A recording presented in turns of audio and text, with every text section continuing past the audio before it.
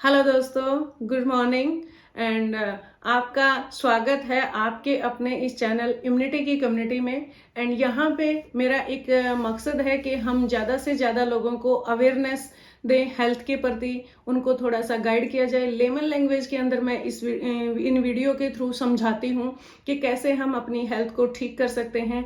आज का मेरा टॉपिक रहेगा कि जो ये बीमारी आई है हमारे सामने, एक और नई ब्लैक फंगस जिसको बोला जा रहा है, तो वो क्या है, उसके क्योजेस क्या हैं, सिम्टम क्या हैं और कैसे प्रिकॉशंस लेके हम उससे बच सकते हैं, जो कि बहुत खतरनाक बीमारी है, इसको हम इग्नोर नहीं कर सकते। तो इसके लिए मेरे को ज़रूरत पड़ी कि मैं थोड़ा जो मुझे नॉलेज है वो मैं सभी को बताऊं, शेयर करूं, ताकि सभी लोग पेंडेमिक सिचुएशन में ना जाएं और अपने प्रिकॉशंस लेके इस सिचुएशन से बच सकें।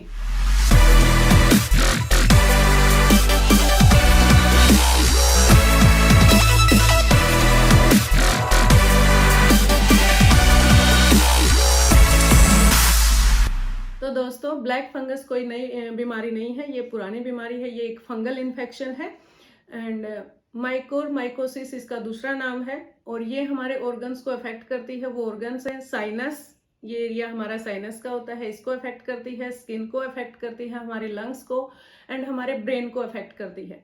तो ये अफेक्ट कर रही है, बट ये कैसे अफेक्ट कर रही है ना, तो वो चीजें हमें समझना है। ये बहुत पुरानी बीमारी है, बट ज्यादा अभी न्यूज में इसलिए आई है कि पहले ये रेयर लोगों में होती थी और आज ये बहुत जल्दी से स्प्रेड हो रही है, क्योंकि लोगों का इम्यून सिस्टम स्ट्रॉन्ग नहीं है। तो हम लास्ट तक इस वीडियो को देखेंगे, तब समझेंगे कि कुछ प्रिकॉशंस लेके हम इस बीमारी को कंट्रोल कर सकते हैं, इस फंगल इन्फेक्शन को रोक सकते हैं। तो जब आप इस वीडियो को लास्ट तक देखेंगे तो आपको प्रिकॉशंस भी समझाए जाएंगे। तो इसके कोज जानेंगे हम। इसके कारण हैं कि ये हमारे इर्द गिर्द होती है, हमेशा होती है। ये हमारे पेड़ों के ऊपर हो सकती है, हमारे प्लांट्स के ऊपर हो सकती है, सोइल के अंदर है, हमारे घर के अंदर है, फ्रूट्स के अंदर है, वेजिटेबल्स के अंदर है। मतलब जहाँ पे गीलापन होगा वहां पे ये फंगस होती है।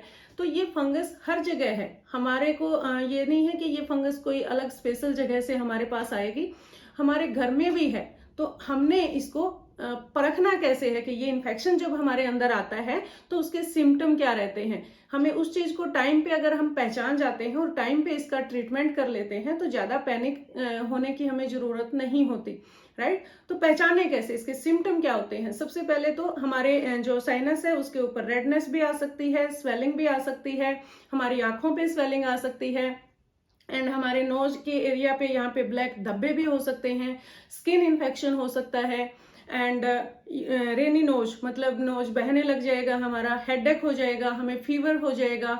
ये बहुत सारी प्रॉब्लम्स हमारे साथ आती हैं और जैसे ही हमें ये लगे कि ऐसा कुछ हो रहा है तो हमें तुरंत अपने डॉक्टर से सलाह लेके इसका ट्रीटमेंट शुरू करना चाहिए, ताकि हम इसको वहीं पे रोक सकें। अगर ये टाइम पे नहीं रोका गया, टाइम पे इसका केयर नहीं किया गया, तो ये एकदम से फैलता है, स्प्रेड बहुत जल्दी से होता है। जैसे कि हमारा मकड़ी एक जाला बना रही होती है, तो अगर उसको हम गिराएंगे तभी वो रुकेगी, नहीं तो वो मकड़ी बड़ा फास्ट जाला बनाती है। तो सेम ये फंगस अंदर जाके फटाफट से अपना काम कर रही होती है, जल्दी से ये इन्फेक्शन फैलता है, राइट। तो दोस्तों, इस बीमारी को हमने हल्के में नहीं लेना है। ये एक भयंकर बीमारी है, इसका डेथ रेट 50% है। क्योंकि अगर दो, जैसे समझते हैं, दो लोगों को अगर ये बीमारी है तो एक को जान गंवानी पड़ रही है, जान जा सकती है। तो इतना ज्यादा डेथ रेट है इसका, तो आप इसको हल्के में ना लें। जब हमारे अंदर ये आई के अंदर इन्फेक्शन फैल जाता है तो कई बार डॉक्टर, कई बार क्या, ज्यादातर मोस्टली लोगों में अगर आंख में ये चली जाती है तो या तो विजन लॉस हो जाता है, या उनको दिखना बंद हो जाता है, या कंप्लीटली हमको उनको दिखता ही नहीं है एंड आंखें बाहर निकल आती हैं, स्वेलिंग बहुत ज्यादा हो जाती है। तो जब वहां तक वो पहुंच जाता है तो उस पार्ट को, उस ऑर्गन को निकालना पड़ता है डॉक्टर्स को सर्जरी के द्वारा ऑपरेट करके। क्यों? क्योंकि वो आगे ब्रेन के अंदर ना जाए। तो आप देखिए कि इतनी भयंकर बीमारी है, इसको हल्के में नहीं लेना है। आप ध्यान करें, आप थोड़ा सा अवेयर हो जाएं, अपने प्रिकॉशंस लें, इस चीज का ध्यान जरूर रखें दोस्तों। तो हर किसी को इसके लिए पैनिक होने की जरूरत नहीं है।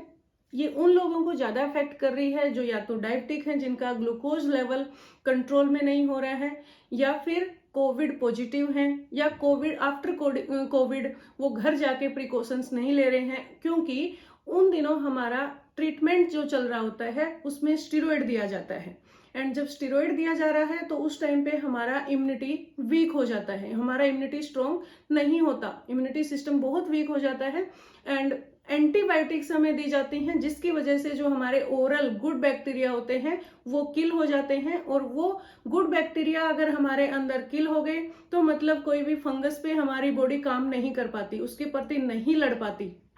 तो ये एक फंगल इन्फेक्शन है, इसके ऊपर ना कोई एंटीबायोटिक काम करता है ना कोई स्टेरॉइड काम करता है, राइट। तो इसको एक मौका मिल जाता है वहां पे फैलने का कि इसके अगेंस्ट फाइट करने वाला कोई नहीं होता, क्योंकि हमारे गुड बैक्टीरिया हैं, जो बहुत सारे बैक्टीरिया होते हैं वो हमारे एंटीबायोटिक लेने से किल हो चुके हैं, तो वो नहीं काम कर पा रहे हैं, तो इसके प्रति लड़ने वाला कोई है ही नहीं, तो मतलब ये स्प्रेड कर रही है ना। तो सबसे पहले तो उन लोगों को थोड़ा सा समझना है जो या तो डायबिटिक है, या फिर कोविड पेशेंट है, या फिर आफ्टर कोविड वो घर जाके अपना थोड़ा सा केयर नहीं कर पा रहे हैं, तो अपनी केयर क्या करें हमें वो समझना है। केयर हमारा सबसे पहला हमारा मैं बोलती हूँ कि डाइट ही हमारी मेडिसिन है, तो सबसे पहले तो हमें अपनी डाइट पे ध्यान देना है। डाइट अगर हमारी अच्छी होगी तो हमारा इम्यून सिस्टम स्ट्रांग होगा, गुड बैक्टीरिया हमें इंटेक करने चाहिए, ताकि प्रोबायोटिक्स अगर हम इंटेक करते हैं तो गुड बैक्टीरिया उस टाइम पे बॉडी बना नहीं पा रही है, और वो हमारी बॉडी में अगर हम डायरेक्ट ले रहे हैं तो मतलब हमारी बॉडी के पास कुछ सोर्स है उससे लड़ने के लिए, राइट। फिर हमें प्रिकॉशंस भी लेने होते हैं कि हम अगर ऐसी बीमारी से जूझ रहे हैं जो मैंने ये अभी बताई, तो उन लोगों को थोड़ा सा सावधान रहने की जरूरत है। वो कैसे कि सबसे पहले तो ग्लव्स पहने, अगर आप कहीं गार्डनिंग कर रहे हैं या सोइल के साथ कुछ कर रहे हैं तो ग्लव्स पहन के रखें, या घर के किसी एरिया को क्लीन भी कर रहे हैं तो भी आप ग्लव्स पहने, मास्क पहने, ताकि वो फंगस आपके स्किन के थ्रू या आपके रेस्पिरेटरी ट्रैक के थ्रू अंदर ना जा सके, राइट।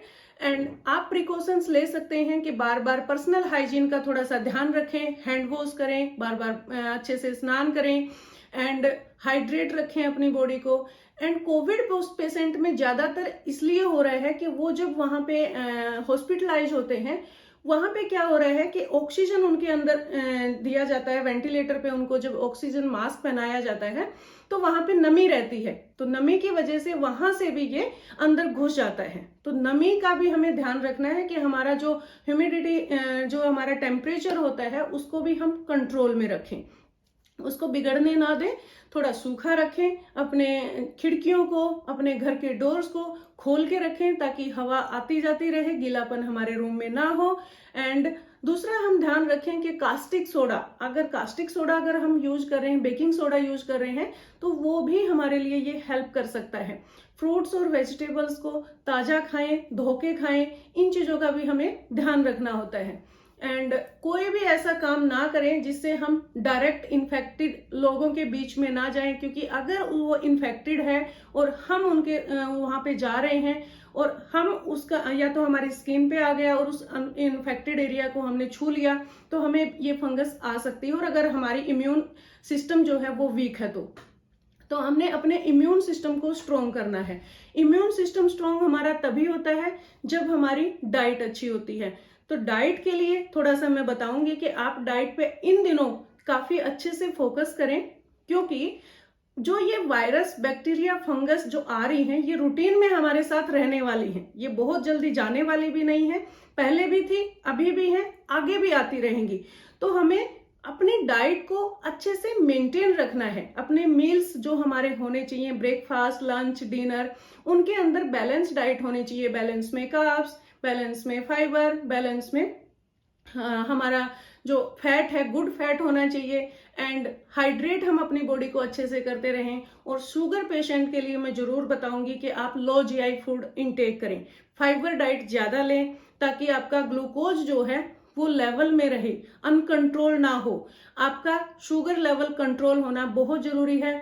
जो अपने टेबलेट्स के साथ हैं या इंसुलिन के साथ हैं वो भी जरूरी है कि आप डॉक्टरों से सलाह लेके टाइम टू टाइम अपनी मेडिसिन को लें। एंड अगर स्टेरॉइड आप अपने आप से घर में किसी से लेके खा रहे हैं तो वो भी अच्छी नहीं है, क्योंकि ज्यादा स्टेरॉइड की मात्रा अगर हमारी बॉडी में जाती है तो भी हमारा इम्यून सिस्टम वीक होता है। तो डॉक्टर की सलाह से अपना ट्रीटमेंट करवाएं। दूसरा, अपनी डाइट पे ध्यान दें। एंड कोई भी अगर इशू आ रहा है आपको, उसको इग्नोर ना करें, कबूतर ना बने कि हमें कोई सिम्टम दिख रहा है और हम सोचते हैं कोई दिक्कत नहीं, हो जाएगा। हम अपना कॉन्फिडेंस लेवल एक बहुत ज़्यादा ओवर कर लेते हैं, तो भी हम जिंदगी से हार जाते हैं। तो ओवर कॉन्फिडेंस नहीं होना है, हमें प्रिकॉशंस लेने हैं, पैनिक भी नहीं होना है, राइट दोस्तों। तो पैनिक होने से भी हमारा स्ट्रेस लेवल बना रहता है और स्ट्रेस से हमारा फिर जो ग्लूकोज लेवल है वो फ्लक्चुएट होता है, हजारों बीमारियां हमारे पास आती हैं। और यही मैंने बताया कि जब हमारे अंदर बहुत ज़्यादा बीमारियां होंगी, इम्यून सिस्टम वीक होगा, तो हमारे को हर कोई बैक्टीरिया, वायरस, फंगस हर कोई हमें पकड़ेगा, राइट। तो अगर आप ज़्यादा अपने लिए एक डाइट प्लान चाहते हैं तो आप मेरे से कांटेक्ट करें इस नंबर पे, एंड आप मेरे ऑनलाइन सेशन भी अटेंड कर सकते हैं। उनमें बहुत ज़्यादा डिटेल में मैं समझाती भी हूँ एंड बहुत सारे ऑप्शन भी देती हूँ कि आप किस किस डाइट के थ्रू अपने आप को मेंटेन रख सकते हैं। क्योंकि हमने सुना है, समझते भी हैं कि फूड ही मेडिसिन है। अगर आप मेडिसिन ले रहे हैं और फूड अच्छा नहीं है तो उस मेडिसिन का कोई यूज नहीं है, राइट। तो फूड ही मेडिसिन है, इस चीज पे फोकस करें। तो थैंक यू वेरी मच दोस्तों। इस वीडियो को लाइक शेयर जरूर करते रहें, बीच बीच में आपका हमारा जो कनेक्शन है वो बना रहेगा और ज्यादा लोगों तक भी हम इस वीडियो को पहुंचा के उनको अवेयर करेंगे, उनको ज्यादा से ज्यादा नॉलेज देंगे। एंड आपका लाइक और आपका सब्सक्राइब मुझे एनर्जी देता है, मुझे बहुत अच्छा लगता है कि मैं अपने कम्युनिटी को, अपने वर्ल्ड को, अपने नियर एंड डियर को ये अवेयरनेस सेशन भेज के उनको थोड़ा हेल्थ के प्रति अवेयर कर रही हूँ। तो थैंक यू वेरी मच दोस्तों, बाय बाय। ठीक रहें, सेफ रहें, हेल्दी रहें, खुश रहें।